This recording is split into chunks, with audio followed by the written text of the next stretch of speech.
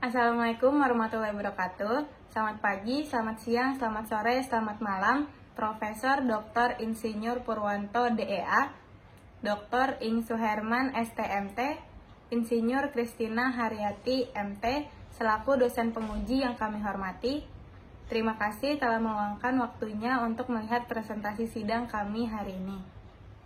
Sebelumnya, perkenalkan nama saya Kansa Khairunisa dan ini rekan saya, Tiaga Sidarta. Hari ini kami akan mempresentasikan skripsi kami yang berjudul Prarancangan Pabrik di Butil Petalat dengan proses esterifikasi kapasitas 25.000 ton per tahun.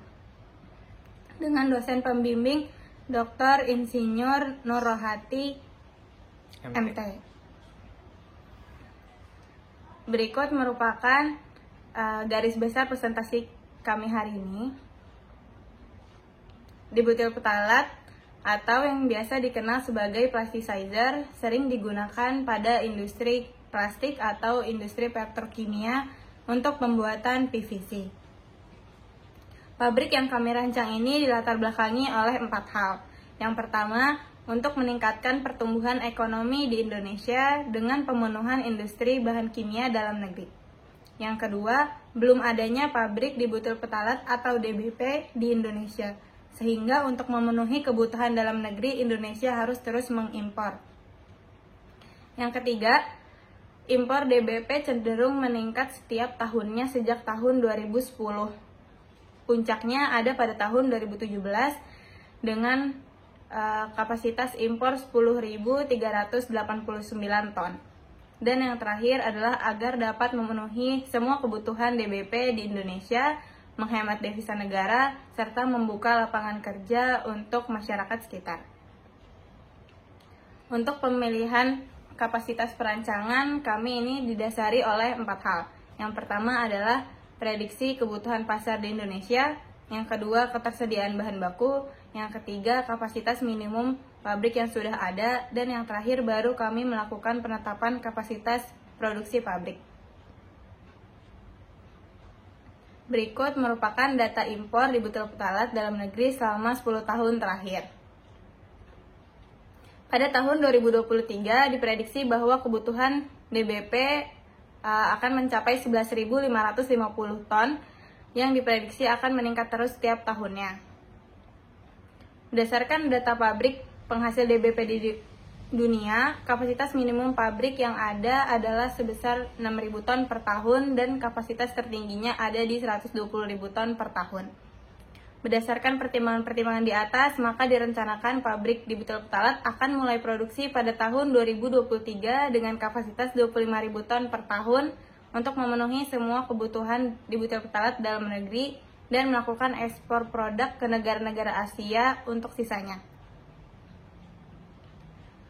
Pendirian lokasi pabrik akan dilakukan di kawasan industri Gresik dengan pertimbangan antara lain. Yang pertama, bahan baku petalik anhidrit diambil dari PT Petro Widada yang berlokasi di industri Gresik. Kemudian N-butanol yang diambil dari PT Petro Oxo Nusantara yang berlokasi di kawasan industri Gresik juga. Kemudian yang kedua adalah Gresik memiliki jalur transportasi yang strategis baik melalui jalur darat, udara, ataupun laut. Untuk spesifikasi bahan baku, yang pertama ada petalik anhidrit yang berfasa padat, berwarna putih, dengan kemurnian 99,9%. Yang kedua ada N-butanol yang berfasa cair, tidak berwarna, dengan kemurnian 99%. Untuk spesifikasi produk, di butil petalat berfase cair, berbentuk oily liquid, tidak berwarna dan tidak berbau, dengan kemurnian 99,6%. Proses yang digunakan untuk pembuatan di butil petalat adalah proses esterifikasi yang berlangsung dengan 2 tahap reaksi.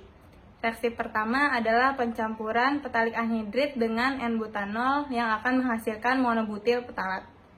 Reaksi kedua, monobutil petalat bereaksi dengan N-butanol dengan bantuan katalis H2SO4, maka akan menghasilkan di butil petalat dan air. Untuk kondisi operasi reaktor, suhu operasi dijaga 100 derajat Celcius dengan tekanan 1 atm. Reaksi berlangsung secara isotermal dengan sifat reaksi endotermis. fase reaksi adalah cair-cair. Selanjutnya saya lanjutkan ke langkah proses pabrik kami. Langkah proses pabrik kami dibagi jadi 3 bagian, yaitu tahap penyiapan bahan baku, tahap reaksi esterifikasi, dan tahap pemurnian produk. Ketiga tahap ini akan kami jelaskan bersamaan dengan penjelasan proses flow diagram. Pada tahap pertama, yaitu persiapan bahan baku petalik anhidrit yang disimpan pada silo S101 akan dilarutkan terlebih dahulu menggunakan N-butanol yang dipompakan dari tangki T101 menuju mixer M101. Selanjutnya, terdapat flow control di kedua arus bahan baku terhadap keluaran mixer sebagai pengatur arus masuk mixer agar sesuai dengan perbandingan yang diperlukan, yaitu 1:3. Pada mixer, terdapat panas pelarutan petalik anhidrit yang menyebabkan keluaran arus dari mixer, suhunya meningkat menjadi 108 derajat Celcius yang akan dipompakan menuju reaktor. Selanjutnya, arus keluaran mixer tersebut akan melewati HE101 terlebih dahulu sebagai media pemanas katalis H2SO4 yang juga akan dipompakan menuju reaktor pada suhu 100 derajat Celcius dari tangki T201. Selanjutnya, tahap reaksi berlangsung pada reaktor esterifikasi yang dijaga suhunya tetap pada suhu 100 derajat Celcius menggunakan jaket pemanas. Terdapat flow control dan flow ratio control pada arus masuk reaktor untuk menyesuaikan rasio katalis H2SO4 dengan arus bahan baku yang masuk ke dalam reaktor. Selanjutnya, setelah reaksi esterifikasi berlangsung, dilanjutkan ke tahap ketiga, yaitu pemurnian produk. Arus keluaran reaktor diturunkan suhunya pada HE102 sampai suhu 70 derajat Celcius untuk dipompakan menuju netralizer, di mana arus keluaran reaktor akan dinetralisasi dengan NaOH yang dipompakan dari tangki T301. Setelah dinetralisasi, air dan garam hasil dari reaksi netralisasi pada arus akan dipisahkan dengan produk utama di alat dekanter pada suhu 30 derajat Celcius. Maka dari itu, arus keluaran netralizer diturunkan terlebih dahulu suhunya pada HE103 dengan media air pendingin. Selanjutnya, pada dekanter, fraksi berat yaitu air dan garam akan dikirim menuju wastewater treatment untuk diolah terlebih dahulu sebelum dibuang ke lingkungan. Dan fraksi ringan yang sebagian besar produk dibutyl ftalat dan N-butanol akan dipompakan menuju menara destilasi untuk dipisahkan.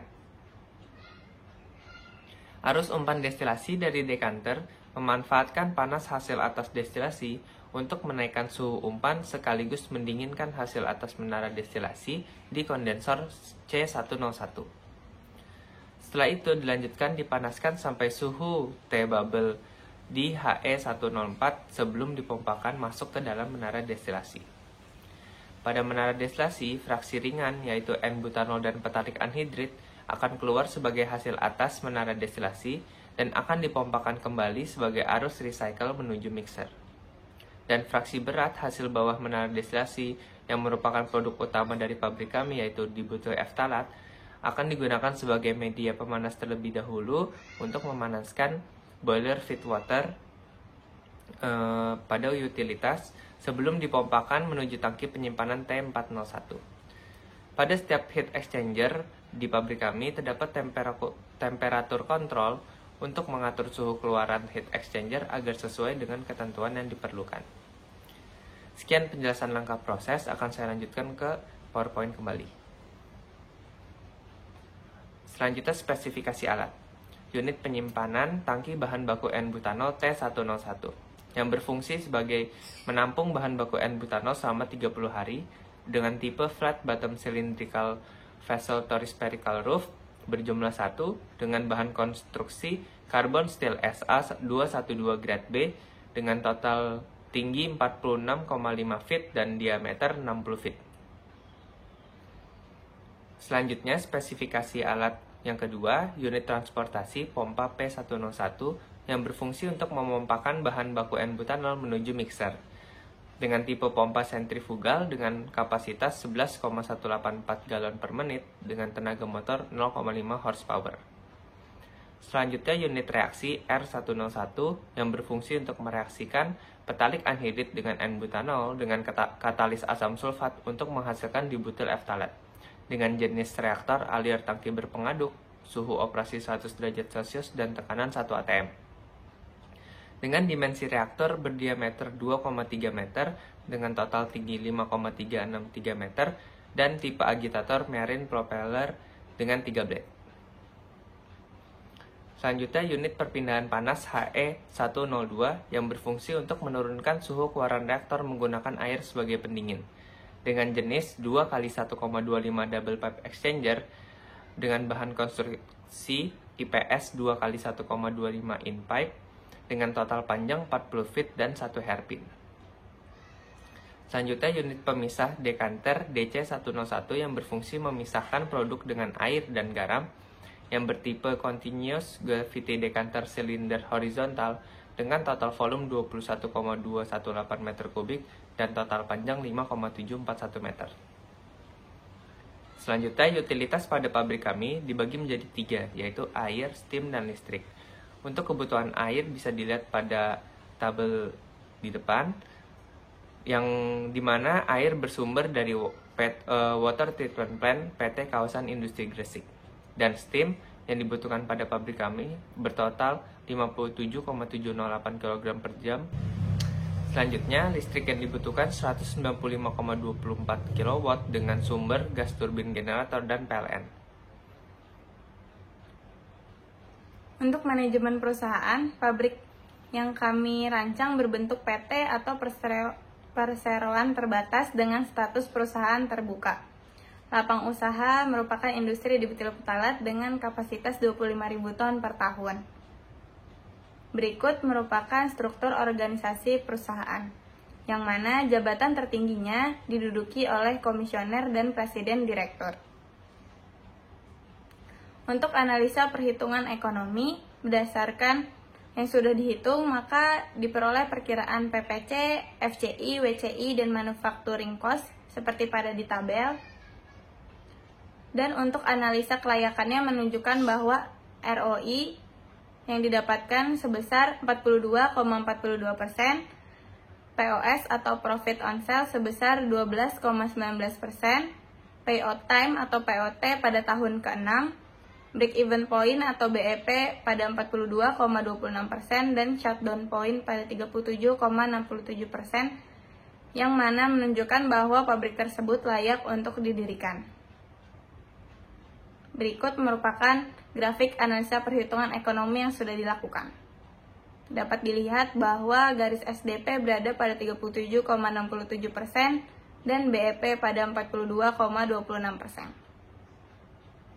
Sekian presentasi kami hari ini. Terima kasih telah menyaksikan. Wassalamualaikum warahmatullahi wabarakatuh. Selamat siang.